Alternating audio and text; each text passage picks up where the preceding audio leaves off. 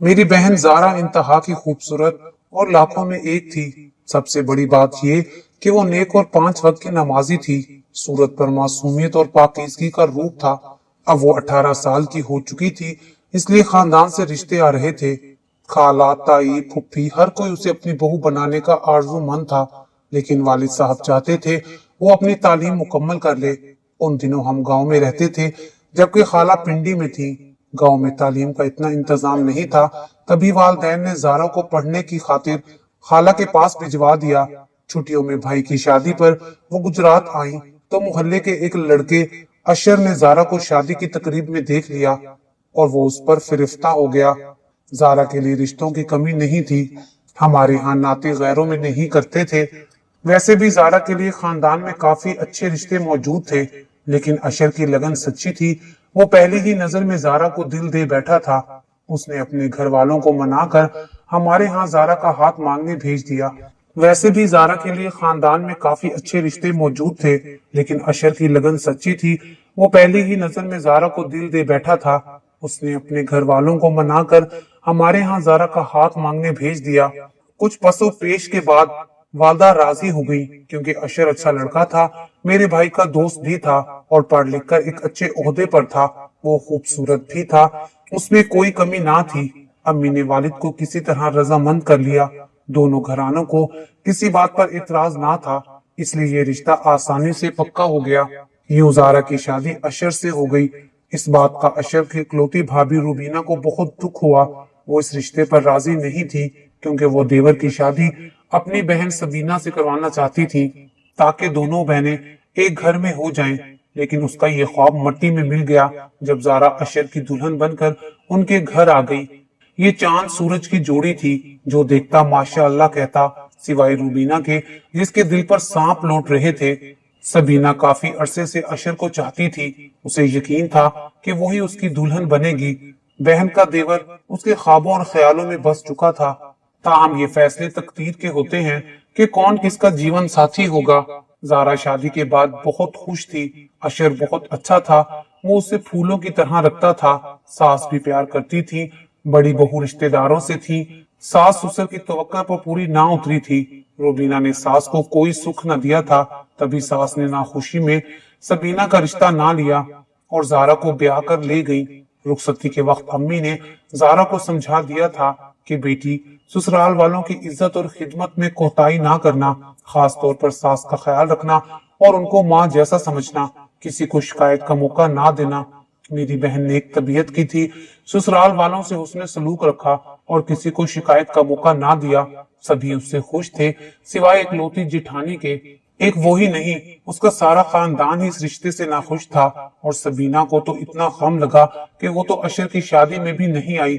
वो एक तरफा इश्क की आग में जल रही थी, सो बीमार हो गई और उसे दौरे पड़ने लगे। रूबीना बहन को देखने गई तो उसके गले लगकर धाड़े मारकर रोने लगी। तब रूबीना ने उसे चुप कराया, तसल्ली दी कि खातिर जमा रखो और वादा किया कि मैं हर हाल में जारा को तलाक दिलवा कर अशर से तुम्हारी शादी करवा दूंगी। बस तुम कुछ दिन सब्र से काम लो। इस अहद को निभाने की खातिर शुरू के दिनों में उसने जारा की तरफ से अशर का दिल बुरा करने की कोशिश की, मगर वो बहुत समझदार था। बावज की बातों पर कान ना धरे, मुकम्मल तौर पर बीवी का हो गया। रूबीना का वार खाली गया। उसने चुप साध ली और अंदर ही अंदर मंसूबा बंदी करने लगी कि कैसे जारा के कदम इस घर से उखाड़ दे। बहुत सोचने के बाद बिलाखिर उसने अपने भाई को इस गेम में शामिल कर लिया। फाखिर हर दूसरे तीसरे दिन बहन से मिलने आया करता था। ये उसके मामू का घर था, तभी कोई रोक टोक ना थी। दरअसल सबीना अशर को बहुत चाहती थी। उसकी शादी से मायूसियों में जा गिरी थी, तभी तो वो बीमार पड़ गई थी और घर वाले उसकी इस हालत पर बहुत दुखी हो रहे थे। हर सूरत उसे मायूसी के अंधेरों से निकालना चाहते थे। मंसूबे के मुताबिक एक रोज रूबीना अपने भाई को घर ले आई और सास ससुर से इस्तदा की कि मैं माजिद को मुस्तकिल अपने साथ रखना चाहती हूँ। आप लोग निचली मंजिल पर होते हैं, मैं ऊपर अकेली होती हूँ। अकबर ड्यूटी पर चले जाते हैं। जिन दिनों रात की ड्यूटी होती है, मुझे ऊपर बहुत डर लगता है। ऊपर की मंजिल पर 2 कमरे खाली पड़े हैं।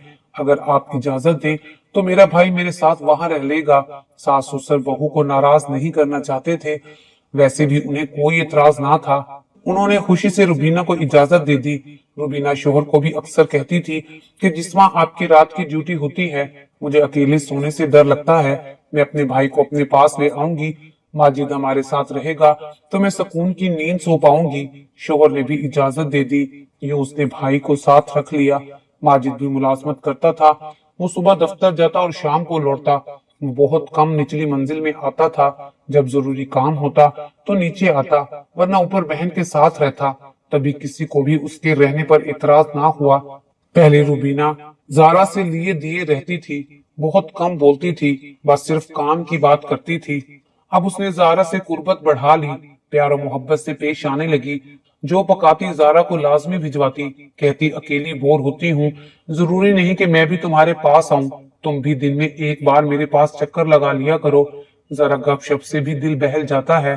जारा को जेठानी की तरफ से मोहब्बत मिली तो वो उसके साथ घुल मिल गई, और यूं भी वो बहुत बामुरव्वत थी। रुबीना उसके साथ और ज्यादा इज्जत से पेश आने लगी। जो हुक्म करती वो भी पूरा करने की कोशिश करती। अशर काम पर चले जाते और वो फारिग होती तो ऊपर की मंजिल पर रुबीना के पास चली जाती। दोनों इकट्ठे चाय नोश करती और खूब गपशप करती। जारा को खुशी थी कि उसकी जेठानी ने उसे दिल से कबूल कर लिया है, जबकि उसे इल्म ना था कि उसकी छोटी बहन अशर के इश्क में मुब्तला हो गई है। सास के अलावा घर में ये दो ही खवातीन थी। एक दूसरे से मिलजुल कर रहने में ही सुकून था। सास भी खुश होती। दोनों बहुओं में सलूक मोहब्बत बढ़ता जा रहा है। उन दिनों रुबीना उम्मीद से थी।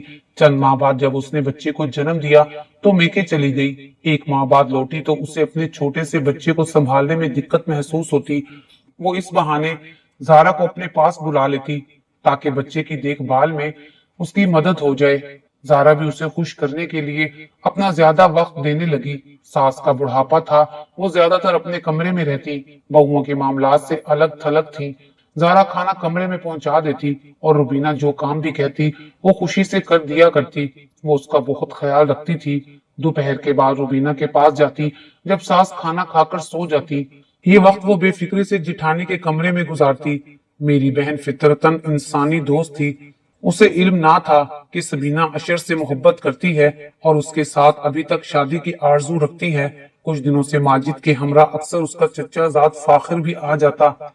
ये एक खूबसूरत दराज कद और खुश लिबास नौजवान था जो माजिद के ही दफ्तर में काम करता था। इसलिए माजिद उसे साथ ले आता कि दोनों दोपहर का खाना इकट्ठे खाते। रुबीना जारा को अब जानबूझकर उस वक्त बुलाने लगी जब उसका ये खूब रू कजन आया होता कि उनकी मड भीड़ होती रहे। मगर जारा नजरें नीची रखती और जैसे माजिद को भाई जान कहकर बुलाती वैसे ही फाखिर को भी भाई कहती थी। जब ये दोनों कमरे में बैठे होते तो जानबूझकर रुबीना जारा को उनके कमरे में भेज देती। कहती मेरी प्यारी बहन, उनको चाय तो बनाकर दे आओ। देखो मुन्ना मेरी गोद में सो रहा है, इसे लिटाऊंगी तो जाग जाएगा और रो रो कर हलकान हो जाएगा। सादा लू जारा सोचती कि जिठानी बेचारी मजबूर है। ऐसे ही दिनों में तो इंसान किसी के काम आता है। जब उन्हें किसी चीज की जरूरत होती है तो रुबीना जारा को आवाज देकर बुला लेती और जारा चाय की ट्रे और खाना माजिद के कमरे में ले जाकर रख देती। एक रोज रुबीना ने फाखिर को माजिद के कमरे के गुस्ल खाने में नहाने के लिए भेज दिया और फिर जारा को आवाज देकर कहा, जारा बहन ऊपर आओ, मुन्ने को बुखार हो गया है, उसे दवाई पिलानी है। बुखार का सुनकर वो दौड़ी आई। उस वक्त तक अशर, माजिद और ये तीनों दफ्तर से नहीं आए थे। रुबीना ने कहा, दवाइयों का शापर माजिद के कमरे में पड़ा है, प्लीज उठा लाओ तो मुन्ने को दवा पिला देते हैं। बेखबर जारा माजिद के कमरे में चली गई। वहां उसे कहीं भी वो शापर नजर ना आया जिसमें दवाइयां थी। वो कमरे में इधर उधर वो लिफाफा तलाश करने लगी। इतने में अचानक किसी ने बाहर का दरवाजा बंद कर दिया। तभी रुबीना जल्दी से निचली मंजिल पर गई और सोते हुए ससुर को जगाकर कहा, ऊपर आइए, आपका पोता बीमार है और जोर जोर से रो रहा है। ये सुनकर बूढ़ा आदमी हवा से बागता ऊपर पहुंचा। खुदा खैर करे, कहीं तबीयत ज्यादा खराब तो नहीं है। आज तक बहू ने उसे इस तरह उजरत में नहा जगाया था। बहू घबराओ नहीं, मैं अभी मुन्ने को डॉक्टर के पास ले चलता हूँ। आप कैसे ले जाएंगे, आप तो गाड़ी नहीं चला सकते। मैंने माजिद को फोन कर दिया है, वो आता ही होगा। मैंने आपको किसी और वजह से बुलाया है। आपको पता भी है कि नहीं आपकी छोटी बहू इस घर में क्या गुल खिला रही है। क्या हुआ बहू, साफ साफ बताओ, तुम क्या कहना चाहती हो। तभी रुबीना ने बताया, आपकी बहू जारा फाखिर के साथ कमरे में थी। जब मैंने झांका तो दरवाजा अंदर से बंद कर दिया। तो मैंने भी बाहर से कुंडी लगा दी है ताकि आपको इस अफसोसनाक बात से आगाह करूं। मुझे कई दिनों से शक हो रहा था कि मुन्ने को देखने के बहाने ये ऊपर आती है और माजिद के कमरे में चली जाती है। फाखिर के साथ काफी देर कमरा बंद करके न जाने क्या बातें करती है।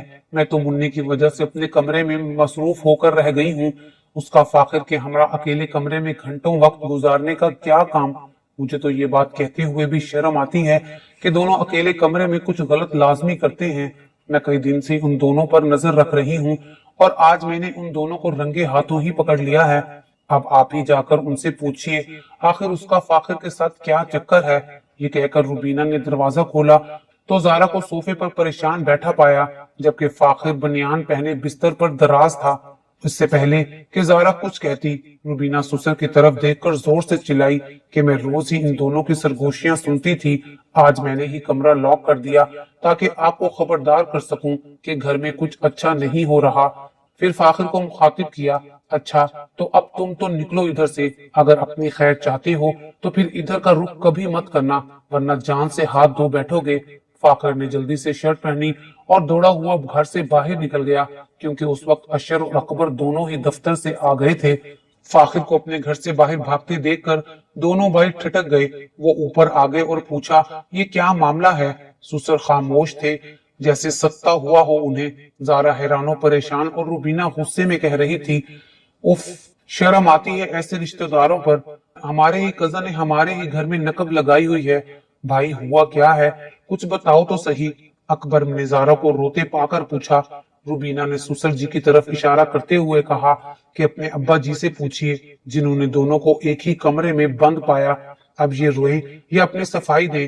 रुबीना ने जारा की तरफ इशारा किया। होने वाली बात तो हो गई, हमारे घर की इज्जत तो खाक में मिल गई ना। क्या बात हो गई भाई, किसकी इज्जत खाक में मिल गई है। जनाब, आपकी बीवी जारा फाखिर के साथ बंद कमरे में रंग रलियां मनाते हुए पकड़ी गई है। पूछ लीजिए अब्बा जान से, उन्होंने खुद सब कुछ अपनी आंखों से देखा है। ये सुनना था कि अशर का रंग उड़ गया। उनके शोर से सास भी ऊपर आ गई थी। अकबर बोला, ऐसी औरत का घर में क्या काम। अशर भाई, भाभी को अभी और इसी वक्त तलाक देकर रुखसत करो और फाखिर से तो मैं जाकर निपटता हूँ। जारा ने लाख कहना चाहा कि वो बेकसूर है, उसको कमरे में बंद खुद रुबीना ने किया था। उसे तो खबर भी ना थी कि फाखिर कमरे में मौजूद है कि नहीं। जारा कहती रह गई कि ये सब झूठ है, रुबीना भाभी ने खुद ही इन्हें उसके कमरे में भेजा था। मैं बेकसूर हूँ, मुझ पे इतना बड़ा इल्जाम मत लगाओ। मगर किसी ने उसकी एक ना सुनी। बूढ़े सुसर की भी मत मारी गई थी, उसकी अकल ने भी कुछ काम ना किया। बड़ी बहू ने जो कहा बस वही सच समझ लिया। इस बात की तस्दीक ही ना की कि रुबीना ने सच कहा है या झूठ। वहां पर दूसरा कोई था ही नहीं जो जारा की बेगुनाही को साबित करता। रुबीना और सुसर ही चश्मदीद गवाह बन गए और अशर ने उनके कहने पर अपनी बीवी को तलाक दे दी। असल में सुसर साहब तो पत्थर का बुत बने खड़े थे और उनको रुबीना की कोई बात ही पल्ले ना पड़ रही थी। वो बस हाँ हाँ किए जा रहे थे। किसी को क्या खबर, ये साजिश रुबीना की थी और इस साजिश में माजिद के साथ साथ फाखिर भी एक मोहरा था। और अशर ने भी अकल से काम ना लिया, गुस्से में आकर जल्दबाजी से काम लिया। बीवी को वजाहत का मौका दिए बगैर खड़े खड़े फौरन 3 तलाकें इकट्ठी देकर उसे बाजू से पकड़कर घर से निकाल दिया। बेचारी जारा रोती हुई पड़ोस में गई और वहां से मैके फोन किया। वालिद घर पर ना थे, मोहल्ला तो एक ही था। वालदा पैदल वहां आ गई और जारा को घर ले आई। उन्हें यकीन नहीं आ रहा था कि वो अशर जो कहता था कि मैं तुम्हारे बगैर जिंदा नहीं रह सकता, जिसके कहने के मुताबिक जिसे खुद से ज्यादा एतबार जारा पर था, बिना कुछ पूछे बिना कुछ जाने उसे आनंद फानंद जिंदगी से निकाल दिया। अपने वालिद की हाँ में हाँ और भाविज की गवाही पर जारा की खामोशी को उसका गुनाह समझ लिया। जारा का रो रो कर बुरा हाल था। सबने उसे हौसला दिया मगर उसके आंसू थमते ना थे। उसने रोते हुए सारी बात अपने वालिदैन को बता दी। जारा के वालिद उसे हौसला देते हुए बोले, बेटी, जिस इंसान को तुम पर एतबार भी ना था उसके साथ वफा का क्या फायदा, और उसके लिए रोकर अपने आप को क्यों हलकान कर रही हो। अब जारा को इस आजमाइश में सब्र करना था और ये अच्छा ही हुआ कि वो उसके साथ सिर्फ 6 माह ही रह पाई। اس اجلت باز آدمی کے ساتھ جس نے محض شک کی بنیاد پر اپنی خوبصورت اور وفادار بیوی کو طلاق دے دی، وہ بھی بغیر کسی تحقیق کے دوسروں کے بہتان لگانے پر، کچھ دن رونے دھونے کے بعد اس نے آگے پڑھنے کا ارادہ کر لیا۔ وہ بی ایس سی اچھے نمبروں سے پاس کر چکی تھی، شادی ہو گئی تو اس نے ایم ایس سی کے لیے داخلہ فارم جمع کروا دیا تھا، سائیکولوجی جیسے مضمون کا انتخاب کیا اور اسلام آباد کی ایک مشہور یونیورسٹی میں پڑھنے چلی گئی۔ بعد میں وہاں ہاسٹل میں رہنے لگی، کبھی کبھار چھٹی کے دنوں میں خالہ سے ملنے پنڈی چلی جاتی تھی۔ وہ ہمیشہ سے ہی پڑھاکو قسم کی لڑکی تھی۔ سال بعد پتہ چلا کہ اشر کا نکاح اس کی بھابھی روبینہ کی بہن سبینہ سے ہو گیا ہے۔ محلے کی بات تھی اور محلے داری میں باتیں چھپی نہیں رہتی، اور یہ بھی پتہ چلا کہ سبینہ اور اشر کی زندگی کے چند دن خوشیوں بھرے تھے، پھر دونوں میں ان بن رہنے لگی، کیونکہ سبینہ بہت آرام طلب اور نکمی لڑکی تھی، کیونکہ اشر تو پہلے بھی اسے ناپسند کرتا تھا، لیکن بھابھی اور بھائی کے اصرار پر شادی کا بندھن باندھ لیا۔ زارا نے ایم ایس سی کر لیا اور ایک ہسپتال میں جاب کر لی، جہاں اس کی ملاقات ایک پروفیسر سے ہوئی۔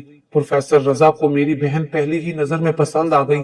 اس نے شادی کے لیے پرپوز کیا، والدین کو یہ رشتہ بہتر لگا اور ہماری بہن کی شادی پروفیسر رضا صاحب سے ہو گئی، جو بہت مہذب، تعلیم یافتہ اور سلجھے ہوئے انسان تھے۔ وہ زیادہ عمر کے بھی نہیں تھے، زارا سے صرف 7 برس بڑے تھے۔ دونوں ہی اعلیٰ تعلیم یافتہ اور ہم مزاج تھے۔ کچھ عرصے بعد دونوں اسکالرشپ پر یورپ پڑھنے کے لیے چلے گئے، جہاں زارا کو اللہ تعالیٰ نے ایک بیٹی سے نوازا اور اس کی زندگی پرمسرت خوشیوں بھری ہوئی، جبکہ اشر اور سبینہ کی نہ بن سکی، ان کی اولاد بھی نہ ہو سکی۔ چیک اپ اور علاج کے بعد پتہ چلا کہ سبینہ بانجھ ہے، وہ اولاد پیدا نہیں کر سکتی، وہ ماں بننے کی صلاحیت سے محروم تھی۔ اس بات پر ساس سسر نے صبر نہ کیا اور اشر کی تیسری شادی کرانے کے در پر ہو گئے۔ سبینہ روٹ کر میکے چلی گئی تو انہوں نے اشر کی تیسری شادی کرا دی۔ بہتان لگانے والوں کو کڑی سزا ملتی ہی ہے، تبھی اشر کے دل اور گھر سے خوشیاں روٹ گئی، اولاد سے محرومی بھی ملی۔ زارا کی یہ عادت تھی کہ اس نے کبھی اپنے رب سے شکوہ نہیں کیا تھا، ہمیشہ اس کی بے پناہ نعمتوں کا شکر ہی ادا کیا۔ وہ ہمیشہ اپنی ڈائری میں لکھی ہیلن کیلر کی اس کہاوت کو پڑھتی رہتی تھی کہ قدرت نے مجھے بہت کچھ عطا کیا ہے اور میرے پاس یہ سوچنے کے لیے وقت ہی نہیں ہے کہ مجھے کیا کچھ نہیں ملا۔